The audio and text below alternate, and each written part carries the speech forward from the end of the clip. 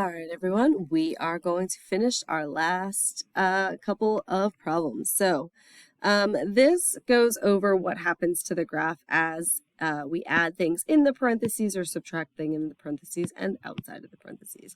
Remember, if it is inside the parentheses, it is moving side to side. If it is outside of the parentheses, it is moving up and down. If it has a coefficient, then that means it is vertically stretching. If it is greater than 1, meaning it is getting skinnier, and it has vertical compression if it is between 0 and 1, right? So like a fraction, such as 1/2. All right. This says consider the equation y equals x squared plus bx plus 9 for each value of b, so pretend these are the values of b, indicate if the quadratic equation will have one real root, two unique rational roots, two unique non-rational roots, or no real roots when y equals 0. So we need to determine if it will have one real root, two unique rational roots, two unique non-rational roots, or no real roots. The way that we will do this by looking at this part of the quadratic formula, b squared minus 4ac.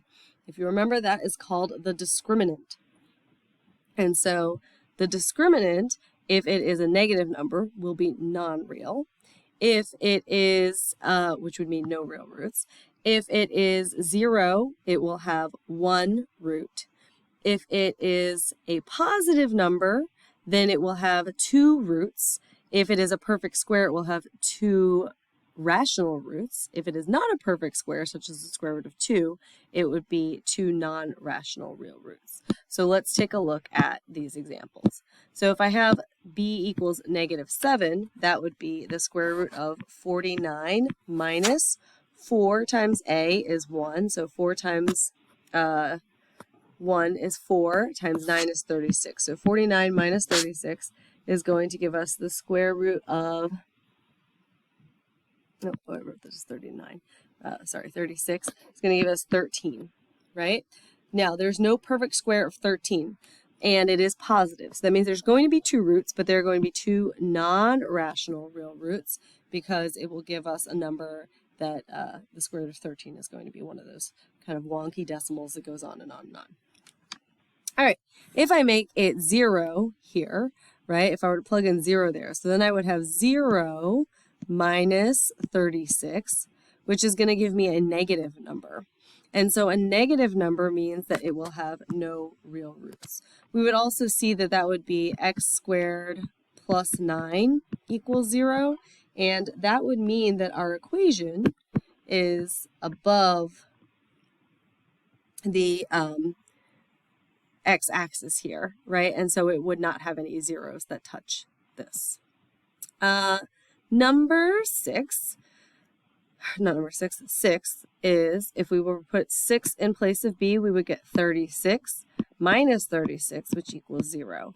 If that equals 0, then that means that there is only one real root. And then lastly, if we have the number 10 here, we would have 10 squared is 100. 100 minus 36 is going to give us 64. 64 is a perfect square, and so that will give us two unique rational roots. All right. In this case, the parabola is graphed in the xy coordinate plane. Select the drop-down menus to completely correct the sentence. So if this is the parabola, or the quadratic equation, the vertex then would be 2, 1. That means we're moving over 2 units, right? So right of the origin, and we are going up from the origin. Okay, so if you see this in vertex form, figure out what the vertex is first, and then that can help you to decide how it's moving. Part B, if we were to add 3 within this, it would be then x, if we add the x plus 1 squared plus 1. That would be the new equation, right? And so if that were the case, then our new vertex would be -1, 1. So this would mean that it has a horizontal shift, right? Because that's inside the parentheses, so moving side to side, and it would shift 3 units to the left because now we have a negative x value for our vertex. And so our first vertex would be here, but now our new vertex would be over here. So it would be moving over to the left 3 units. All right, this next part is a review of completing the square. So for completing the square, remember, if we have a number that we can factor out, we want to do that to make it smaller first, and then move c to the other side. Now, in this case, we can factor out a 3 if we wanted to, but we can also, let's go ahead and move that 9 over. So let's do 9x squared plus 24x equals 9. And now I'm going to factor 3 out of here. So 3 times 3x squared plus 8x equals 9. Okay? And so now I'm going to try to complete the square. Now the tricky thing here is that, hold on, let me go back a bit. Whoops. The tricky thing here is I really need to have nothing in front of this x squared right here. So what I'm actually going to do is I'm going to factor out 9, which means this is going to be 9 times x squared plus 24 over 9 times x.